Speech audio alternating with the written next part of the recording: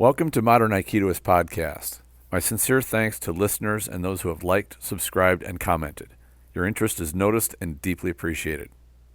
A common sentiment expressed by Aikido practitioners is that Aikido is a complete art. It lacks nothing in terms of a martial art, and it is a comprehensive set of skills. In today's podcast, I'm going to scrutinize this claim. I most often hear this statement not in person, but in online discussions about Aikido. It's my observation that online discussions can get very confrontational and the topic of Aikido can turn sideways very quickly. Discussions often turn into pissing matches between critics and devoted followers. One of the most legitimate criticisms of Aikido is that it is not a complete art. It is missing a great deal of necessary skills and techniques which are crucial to make it a well-rounded martial art. Some Aikido practitioners do not respond well to this assertion and adamantly argue that it is a complete art and needs nothing more than what it has already. What does Aikido focus on? I'll put the philosophy stuff aside and just focus on the physical for a moment because that's the main thrust of the criticism. I think I can objectively say that no other art does joint locks quite as well as Aikido.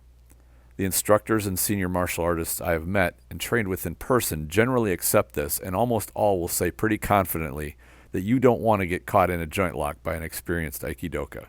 If you do, it will go very poorly for you.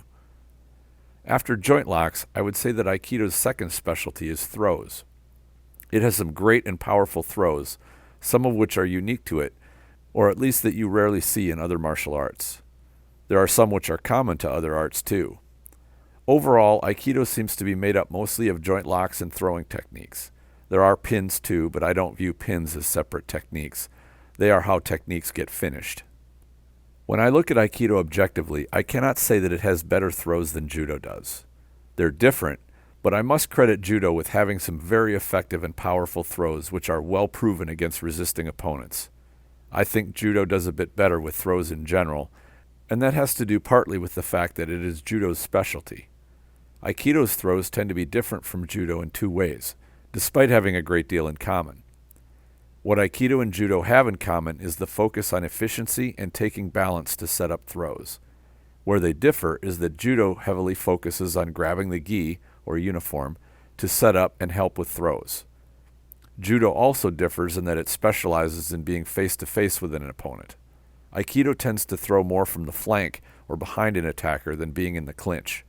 This is a generalization, of course, but that's just my observation. Can a martial artist who only knows joint locks and throws consider himself well-rounded? In my opinion, no, and not even close. It really doesn't matter how good they are at those joint locks and throws either. To not have a decent level of training in all aspects of hoplology, which is the study of human combative behavior, is to be incomplete from a martial arts standpoint. You can say the same thing of someone who only knew how to kick. They call such fighters and martial artists as one-dimensional. If an attacker can either take someone like that away from their specialty or circumstances never let them employ it, then defeat is very likely. This can happen quite quickly and be a blowout. Back when I was competing, every fighter had their specialties, things they were good at. Some loved playing at the edge of range and we called them snipers. Others liked fighting in close and excelled at it. If their specialty matched up with what you had no experience in, it was game over very quickly. Mind you, I'm talking about a sport application here. There was very little surprise involved. You always knew a fight was about to happen, and you had at least a minute or two to size up your opponent, to get an estimate of what you were probably in for, either because you had seen them fight or fought them before. In real life, you can be attacked without any preparation or warning. You may have only a few seconds to eye up an attacker and get an idea of what you're in for. Is he going to punch you or tackle and grapple you? Both of these are quite common. If you are going to use your martial art to defend yourself, you must be trained in all the attack styles you could be faced with. This means the broad spectrum of hoplology. Many Aikido practitioners state that the attacks of Shomanuchi, Yokomanuchi, and Ski represent the three basic attack lines of a straight down from the top attack, a swinging attack, and a straight line direct attack, respectively. They say that these three stylized attacks are accurate representations of most all attacks, and since they train techniques against them, that they are well prepared for most any attack. This claim is not true, and I would say it's a dangerously false belief.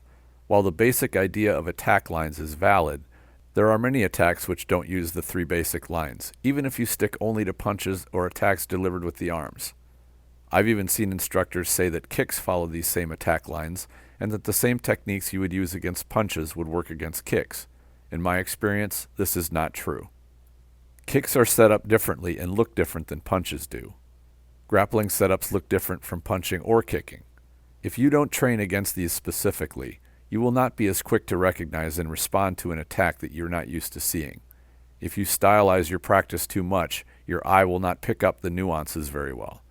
In a real attack, opportunities to act correctly come and go in the blink of an eye. One missed opportunity can mean the difference between survival and defeat.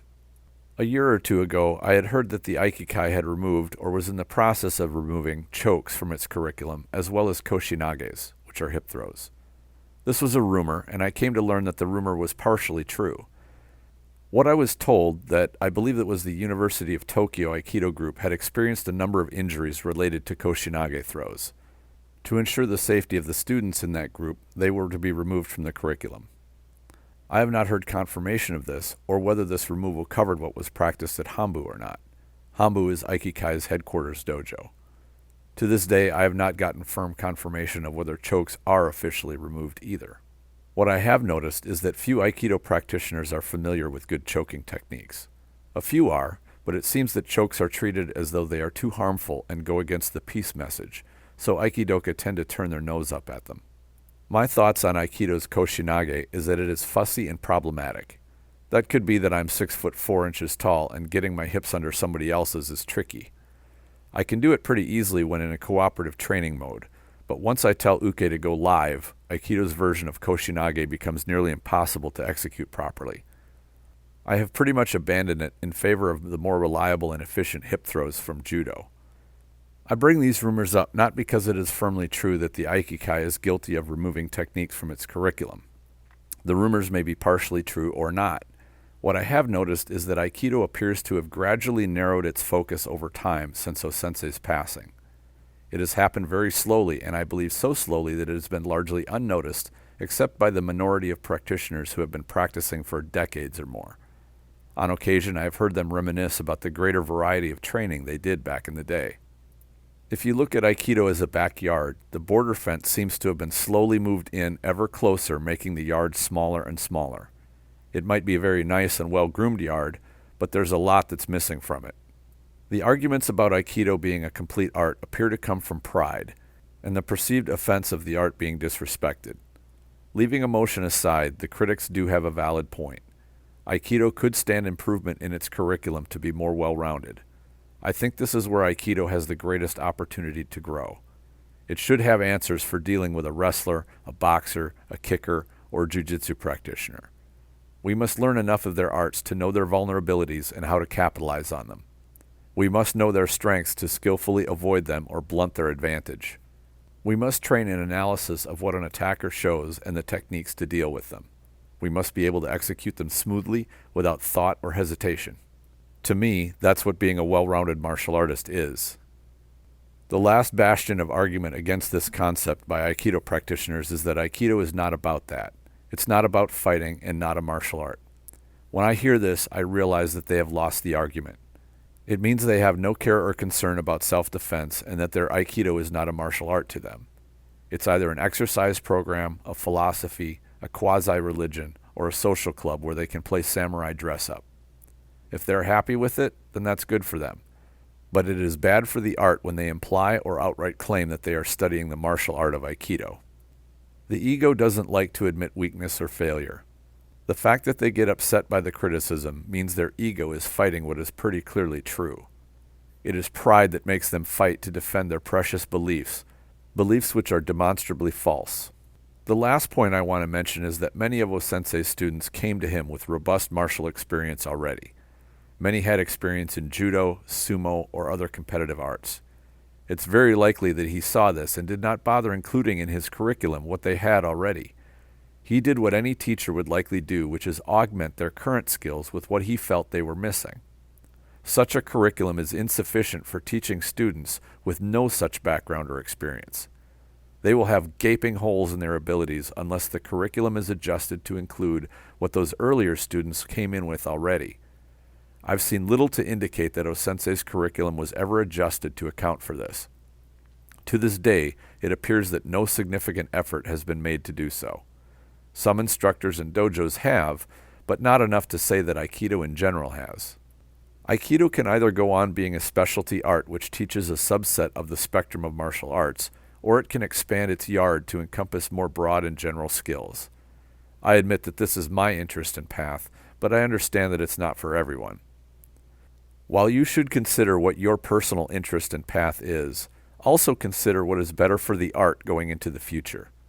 Will Aikido flourish as it ignores more and more of the martial arts world and becomes less and less relevant to self-defense? Would Aikido be stronger in the future if it could give practitioners potent tools against all manner of attacks? As you contemplate these questions, try to put emotion and ego aside and look at them objectively. What do you think? Please share your ideas in the comments if you're watching this on YouTube or BitChute, or go to the Facebook group Aikido the Martial Side and post a comment. The Spirit Aikido Online program is now live. Subscribers get access to video training and mentoring to techniques and training methods I've adopted from other martial arts to make my Aikido more practical. There is a link in the description section. I invite you to check it out. I always enjoy hearing from listeners of the show, whether through comments or questions. Thank you all for sharing your interest. Enjoy your training.